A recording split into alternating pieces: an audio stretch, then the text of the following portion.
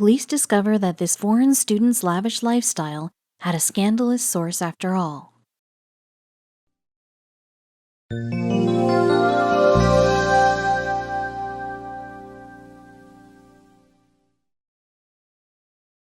We all know that it is never wise to judge a book by its cover, but sometimes the cover is all that we see. Hence, it gets tricky to not judge someone by their looks. We have all met someone or the other who did not turn out to be so, based on our first impression. When we encounter a person who is garbed in fine jewelry and designer clothes, it is fairly easy to assume what kind of person they are. However, they can sometimes surprise, just like this college student right here. Meet Christine. If you met her, you could quickly guess what type of person she is. People had a lot of opinions and had a lot to say about Christine's lifestyle. She could not blame them because of the way she presented herself. However, there was a deep, dark criminal secret that she was keeping from others, and this ended up becoming an obstacle in her life. As we all know, clothing and the way we choose to dress has become the first thing we notice about anyone around us. Since this is so, it was fair that everyone in Christine's college was labeling her to be the type of girl who was sort of fashionista around the campus. Since she always dressed up and looked nice every day, her peers looked at her as someone who only loves fashion. If you saw her, you would definitely be with this train of people who thought Christine was a materialistic classmate. And to be honest, she did seem to be that way. She would often attend her classes, putting on her Christian Laubach in heels, carrying the top-notch designer handbags, and she even used a Moschino case on her smartphone. The Hermes Birkin bag she bought was retailed at $1,500. Since Christine was still in college, everyone around her thought it was a little unnecessary for her to spend all of this money on irrelevant stuff. It was also quite unusual that a college student was able to spend so much on something like a purse. Even though her spending was questioned a lot, her friends assumed that she was in fact bankrolled by her uber-wealthy parents. For a college kid to be able to pay for her tuition fees and still manage to buy herself all of the luxury goods, it was clear that Christine's family had a lot in the bank. She must have received a hefty allowance because one time, she went inside a Christian Dior shop in Sydney, spending more than $220,000 there. As you may have guessed, she really did have a secret.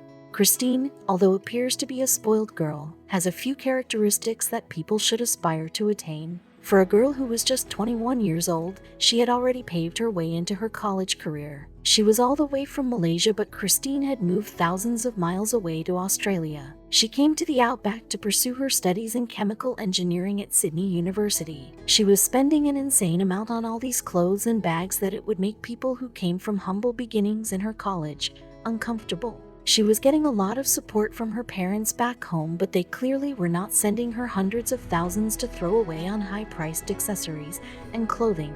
There was something wrong. Since Christine was so accustomed to buying whatever she wanted, she did not think about how other people would look at her. Her extravagant purchase habits were slowly starting to pile up, and yes, everybody around her was starting to take notice. Well, she could not expect them not to.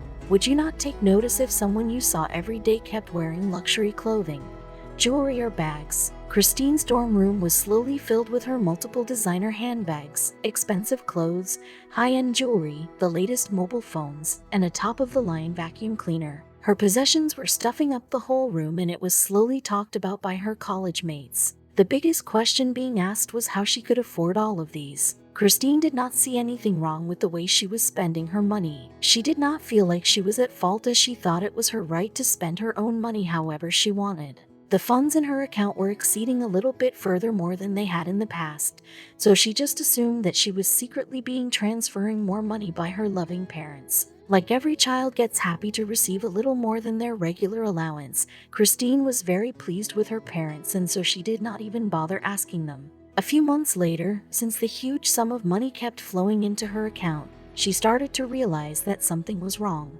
She slowly started questioning where the money came from. Christine Jackson Lee's story. Within a span of around 11 months, Christine Jackson Lee had indulged herself with a multi-million-dollar spending spree. The amount that she spent was no joke, and she enjoyed every minute of this lavish lifestyle. She bought herself several Hermes, Chanel, and Dior products that she could find. She was a bit of a brand freak who took anything with a designer's name on it. As we have mentioned earlier, Christine's spending became a little too much that even she started to question herself. The amount she spent on bags alone could even buy a luxurious house. She had stuffed her dorm room with bags and everything luxurious that her whole spending amounted to a whopping $4.6 million. This was sadly someone else's money, so all that she had spent was actually not her money, nor was it her parents' money. She had been blindly treating herself like a princess with money that never belonged to her in the first place. What actually took place was that Christine's bank had by chance given her a bit of an extension on their overdraft limit, which was in a way limitless. So this basically meant that she could use any sum of money, that there was no roof and the sky was the limit for her spending. For most of us, we would try to buy houses and cars, but for Christine, her priorities were set on bags and designer goods. For about 1 year, this college student savored every minute of this bank era, buying everything and anything she wanted with no second thoughts. We all have heard the saying, all good things come to an end, right? Well, yes, nothing lasts forever, and Christine would understand this very clearly. She had spent almost $5 million at that point, and it must have been heaven on earth for her. The bank took notice of the error in April of the following year. However, all the damage that could happen had already taken place. When the bank came to know about the error, they were quick to try and fix the issue. They reached out to Christine and immediately started interrogating her with what she had done with all the money. One of the senior managers who worked at the bank made a call to Ms. Lee demanding to know what she bought with all the millions. He was in for a huge surprise. When they called her up, Christine absolutely refused to talk to the bank. She knew she was committing a crime, so she did not want to speak to the managers of the bank who wanted to know about her spending. As soon as she realized that the jig was up, she tried her hardest to quickly get back to her hometown of Malaysia. Since she was not a clueless girl, Christine was able to immediately get a grant of an emergency Malaysian passport. However, things did not go as she planned, because before she could dash out of the country undetected, the bank had already sent the police to come and hunt her down. How would you feel if you knew you were getting caught while living in a foreign country? Even before she could do anything or attempt another escape, Christine had been caught. She was stopped by the police after just a few days. After doing an excessive amount of spending with someone else's money, Christine was arrested in the May of 2015 at Sydney's Kingsford Smith Airport. She was caught as she tried to board a flight to Malaysia. It was all about timing, and she was just not fast enough. She almost made it out, but the police got to her in time. She must have struggled a lot considering the amount of designer bags she had packed into her suitcase. The police now had to investigate and uncover the true extent of the damage Christine had committed. It was unfortunate, but it was bound to happen. The police did all that they could to hopefully get to the bottom of all this mess. She had spent loads of money all those months, and they were about to get the shock of their lives from this college undergrad. While she was kept in the custody of the police, she was questioned and interrogated by the investigating officers. During this time, the police also went to Christine's home. At Christine's place, they found a number of designer gear that was appropriate for a queen. They were shocked by the number of bags they found inside. The police also realized that these bags were the real deal, as they also found that they were accompanied by certificates of authenticity. Only authentic designer wear sold in showrooms and boutiques have these certificates in them. As soon as she was caught at the airport, Christine did not have any other choice but to just give in and admit to all that she had done. The senior banking officials took the culprit in the police custody, and they were sure that she'd be dealt with properly. However, even after they seized her, there was yet another problem they had to deal with. The story somehow reached the media airwaves, so there were bound to be multiple variations of this crime that this college student had knowingly or unknowingly committed. All that they could do now was to accept the fact that this was a big, fat banking error. In the end, they were able to save a few million that the criminal had stolen. As she was a college student, Christine Lee was clearly not a fool. She was actually smart enough not to spend $4.6 million on just shoes and bags. She made a very clever move in trying to secure all the money she had received in her account. What she actually did was transfer some of the millions she received into different private accounts. Christine did all she could to try and keep at least some of the portions that ended up flooding her bank account. After a thorough investigation, the bank found $1.3 million of it in several of these private accounts, but not all of the amount. They could finally get proof after this that she was aware that the money she received was not hers, but continued to live off of it anyway. When she was called for a hearing, Ms. Lee came to the court wearing ripped jeans, a pair of white canvas shoes, and a black singlet.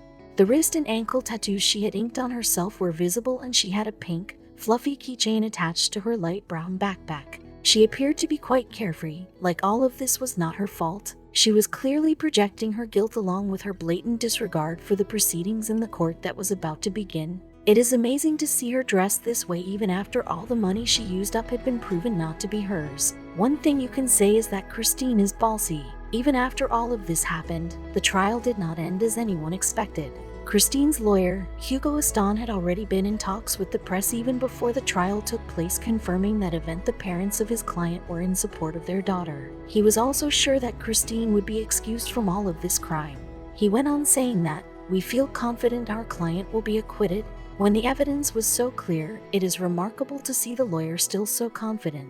He completely ignored the fact that Christine was at fault and was well aware of all her illegal spending. He even added, "We are very much a united team."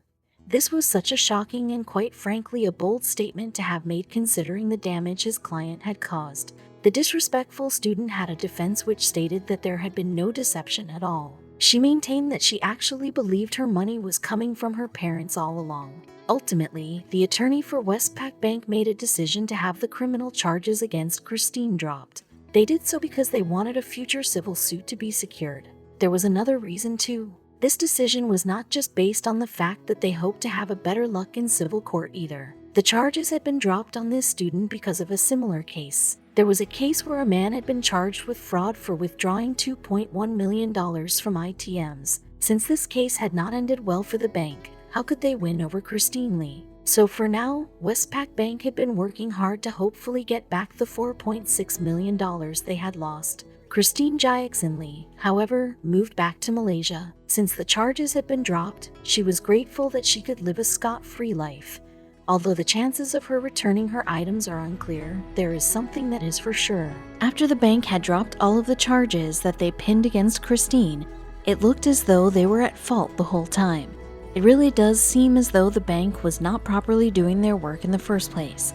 They clearly have to make some changes and adopt better policies on the topic of overdraft and also account monitoring. What could have happened if it was not Christine but somebody else who had overspent on her account? Even though there was sure-shot proof everywhere pointing Christine's fault, many people still believe that she was a victim of some sort of identity theft, which the bank is afraid to go in depth with because of a leak in security. This is highly possible, right?